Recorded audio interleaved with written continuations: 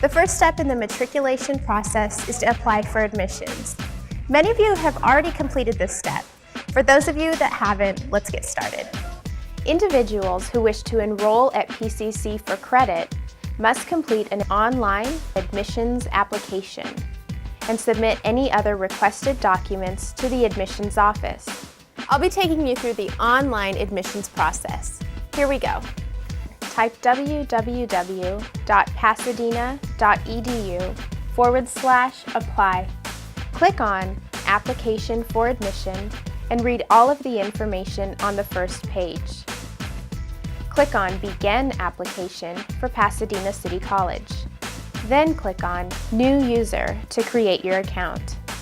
Enter your information and click Create My Account. Next, complete your application. Be sure to review your information for accuracy before you submit your application.